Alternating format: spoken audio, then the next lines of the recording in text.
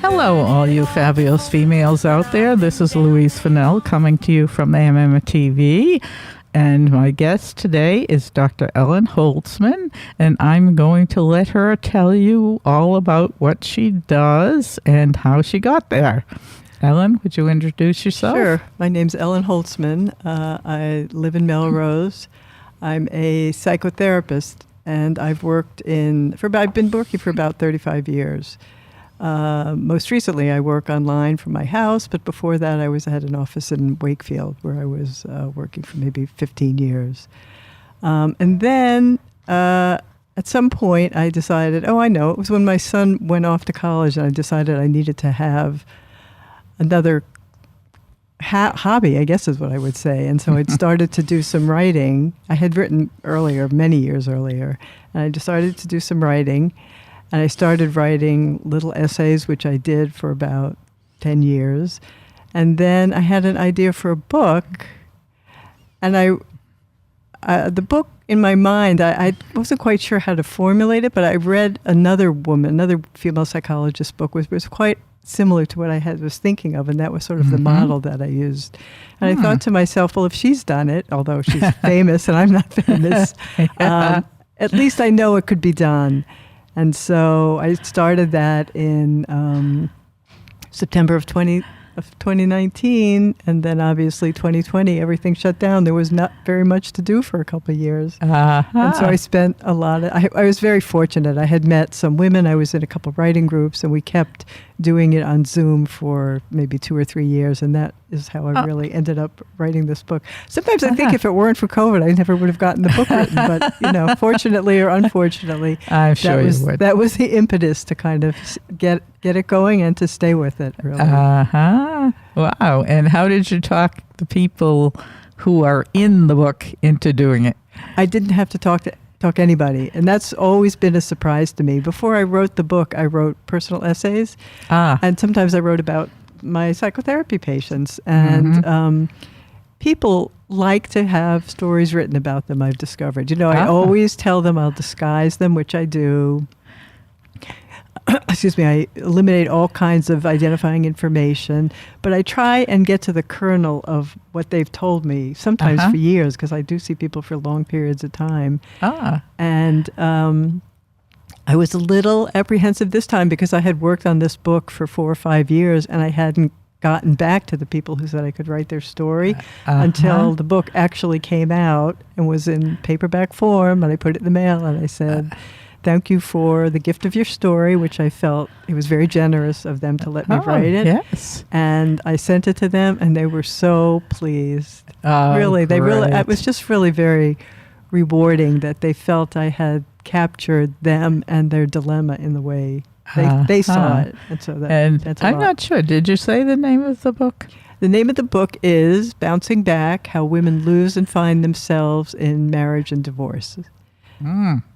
Wow, that tells it all, huh? It does tell it all.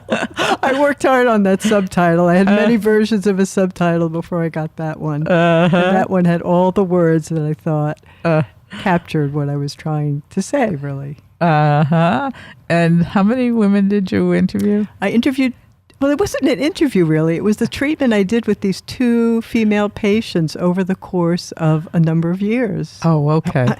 And so, when I met them and I started to do psychotherapy with them, I didn't have in my mind that these were going to be people I was going to write about. It's just these were 2 women that I felt I identified with, given I had gone through divorce years before.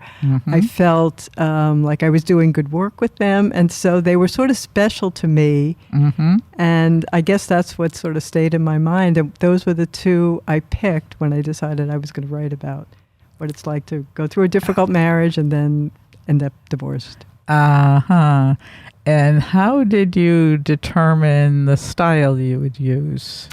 It's the only style I know. I don't know how to write any other way that I write. Oh, okay. I would like to be sophisticated enough to be able to maybe change styles, but there's really nothing else I can do. I had a lot of help, really. I couldn't have done it on my own. I had the help of 3 or 4 women in different writing groups that I was in. Uh-huh. I had the help. I had worked with a developmental editor who showed me how to structure it. And she went through numbers of drafts with me. So it was not like I was doing this on my own in my study, which I don't think I could have done. Uh-huh. But Uh-huh. it was the fact that felt like in some way a group effort, even though I was the one who was responsible for the end product. Yeah. That helped me do it. I mean, writing is hard. I mean, I think you said you wrote too, but anyway, Yeah, anybody a who little bit. tries to write anything knows it's really hard Oh, and yes. painful, and it takes a long time to get it the way you want it to sound. Uh-huh, right. Well, I read some of it. I didn't Yeah. have time to read the whole thing, Right. but I really enjoyed the way you write. Thank you. And in many ways could relate. Uh-huh. And I think the fact that you make it relatable. Right. That's what I tried to is- do. Uh-huh. Yeah. Yeah. So, I could tell a little bit about the stories. You think Do. that would be? Okay, Yes. so there's my story, which is I was a young woman in my 30s, and I had a husband who pretty much just decided to divorce me. We were going to have children. He didn't want to have children. He just kind of left, and I was completely devastated at the time, unprepared. I didn't even feel like a grown-up, and so there was no way I believed I would be able to manage on my own. And so that Uh-huh. was a lesson that took a long time to learn, that I could manage on my own and that I had qualities in myself that I had no idea I was capable of. Mm. And so the recovery really felt like coming into my own. Mm-hmm. I felt like I went from a kind of shy, timid, mousy young woman who didn't really want to speak up for herself and had no choice but to learn to stand on my own 2 feet. And that was transformative to me. Uh-huh. And I think that's why that experience of getting divorced meant so much. You know, I mean, obviously there's the logistics. You don't have a marriage anymore, but there's the way in which, and this is what I was trying to get at in the book, there's a way in which this kind of experience could really transform a person, like personality-wise, self-confidence, the ability to have a voice and speak up for yourself. Mm-hmm. And so that was sort of the beginning in how I began to think about it. And then there were these 2 patients of mine. One really reminded me of myself, although her situation wasn't like mine. She was 50 when she came into my office. Her husband had an affair, which he was clearly not going to end. And she kicked him out, took him back, kicked him out, took him back. That went on for quite a while. And she could not decide to divorce him, despite the fact that he was mean, he was, not, he just was not a very good partner. Mm-hmm. And she still struggled, even though her children were grown, to decide to divorce him. Mm-hmm. So that and so that was interesting because it brings up the issues of how do people deal with infidelity, because there are marriages, and I've seen them where people go through infidelity and they put the marriage back together and it's maybe even better than it ever was. Mm-hmm. That doesn't happen all the time. Yeah. I don't even know what the statistics are about that. Mm-hmm. But this woman, it wasn't going to be like that because he was never going to give up the other woman, and it was just so clear that he was still sneaking around. And so, that's a common story. I think a lot of people would probably be able to relate to that. Even if you've not been married, I think the fact that you have a dishonest partner, can bring that up. Oh, sure. And the other woman was different. She was different from me, and she was different from the other patient in that she wanted out of the marriage. Ah. And she had a young child, and she felt very guilty, but she just didn't love this guy, and she didn't feel that they could have a life together. But it was as painful for her as in a different way, I think, as it was for the women for whom the divorce was kind of foisted upon them by circumstance and by the marriage. Mm-hmm. But she also struggled to find her way to be able to say, stand up for herself and say, it's a hard thing when you have a young child. And really what you're saying is what she said to me is, well, he's a good guy, but I don't love him. And so what's a life, what kind of life do you have when you're in that situation? Uh-huh. Wow. So those are the 3 characters, I would say, in the book with different dilemmas that I present. Yeah. So is it written like a story, or is there obvious advice in it? Well, I think there's advice by implication. It's first and foremost a story. It's 3 stories and so the chapters alternate between the 3 different characters. And it's written like a story. I mean, I think it's got a very sort of novelesque character to it, and that's what I wanted. I wanted it to be really readable. I had a very interesting experience. I have a lovely primary care physician who I gave the book to. And she said to me, I'm not a reader. I mean, she reads online, but she doesn't really sit down and read a book. And she said, this book was addicting. Oh, and I thought, great. That was the highest praise I could imagine. Oh, yeah, for sure. So I think people find it to be a page turner. So I'm really happy about that. And I suppose there's advice. I think the first thing people would get from the book is feeling that they can see themselves in these characters, and they feel less alone because they understand that somebody else went through what they're going through. And I think that's a very therapeutic experience for people to have. Yes. Because, all these things can make you feel very lonely, humiliated, like you've made a mistake. Why are you the only person in the world going through this? But I think my book shows that that's not the case at all. It's a very common experience to go through a difficult marriage that ends. So there's sort of advice, because I bring in a lot of psychological theories, but I don't think I really exactly say, live your life this way. I think it's more that I say, adult life is complicated. It's hard to figure out. We never really know what we're doing.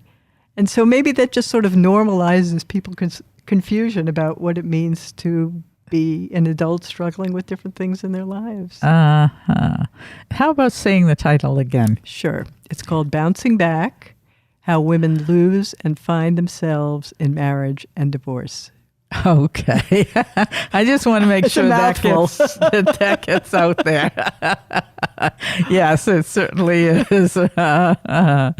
Wow. No, it makes me, I have read the very beginning, and I'm anxious to get back to it now. And why don't you tell people how they get the book? There's different ways. You can get it through Amazon.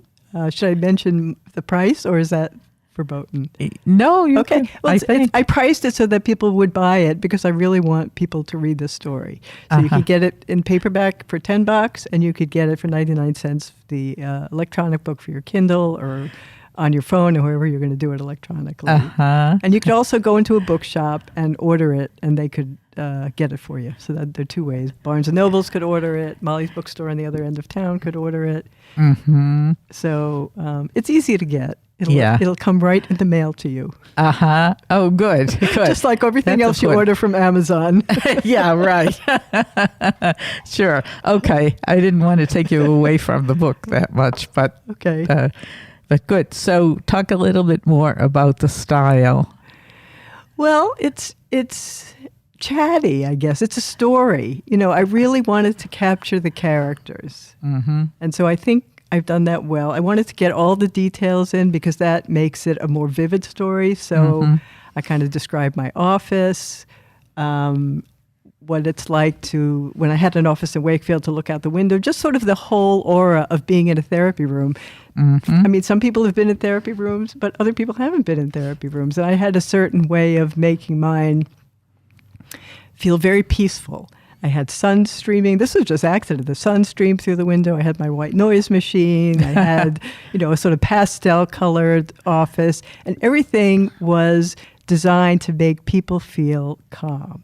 And I spoke quietly and softly. We were not very far apart. It was a tiny little office. And I'm not sure if you got to this part, but there were 2 chairs. There was my chair, which was kind of uncomfortable, like a straight back chair. And then there was this old used chair I got when I first got this office.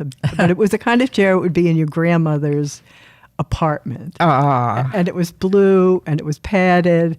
And after a while, I noticed everybody started to call it the comfy chair. Like I would see little kids with their parents, and the mother would say, "Why don't you go sit in the comfy chair?" Oh, great. And then I thought, that's it. This is the comfy chair, and that's the chair all the patients sat in. So that was what the office looked like. I tried to evoke that. I tried to give people, beside the stories of marriage and divorce, I tried to give people a sense of what psychotherapy is like. So in two ways, in terms of my interaction, with the patient, what I might say, but then there's a whole other level of what goes on in my head, because you have to listen, think, and formulate at the same time. Sure. And so this was my opportunity to give people a clue as to what is that therapist really thinking? Because that's like a joke, I think. What is a therapist nodding off? What is she doing? But I sort of say, okay, these are the struggles I'm having as a psychotherapist, and these are the decisions I'm making as I'm trying to treat a patient. Yeah, and I want you to know that. And it's very, I think it's a pretty vulnerable.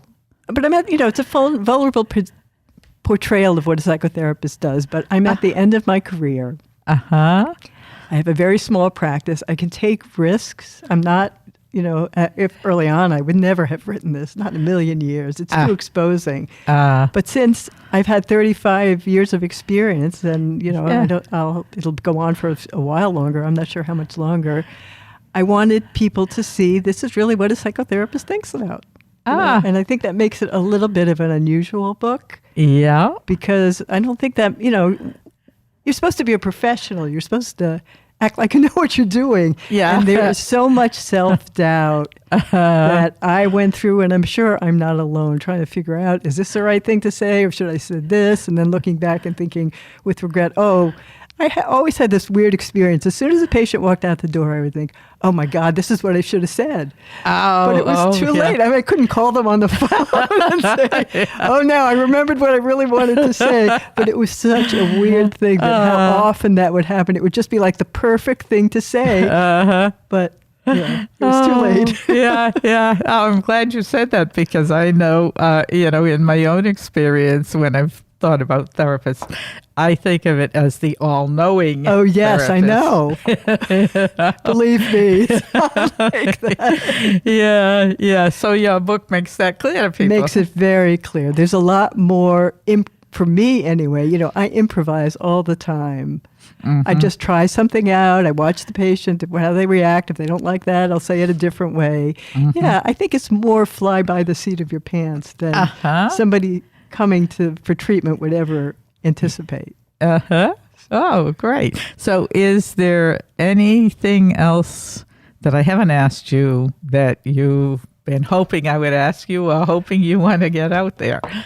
I think it's, in a sense, I think it's a book that combines a good story with an opportunity to learn things that you might not ordinarily learn about marriage or women's development or psychotherapy. So I think, and a lot of people have said that it's a good balance between a compelling story and something that it's not instructive like you get up and go to school, but it has a lot of meaty stuff there that I think makes it kind of a bigger story than it would be if it were just these three women's lives. So I tried to integrate as much as I had learned through the years as a graduate student and a professional, the kind of theories that mean something to me. That's kind of what I included. So I think that covers it. Thank you, Ellen.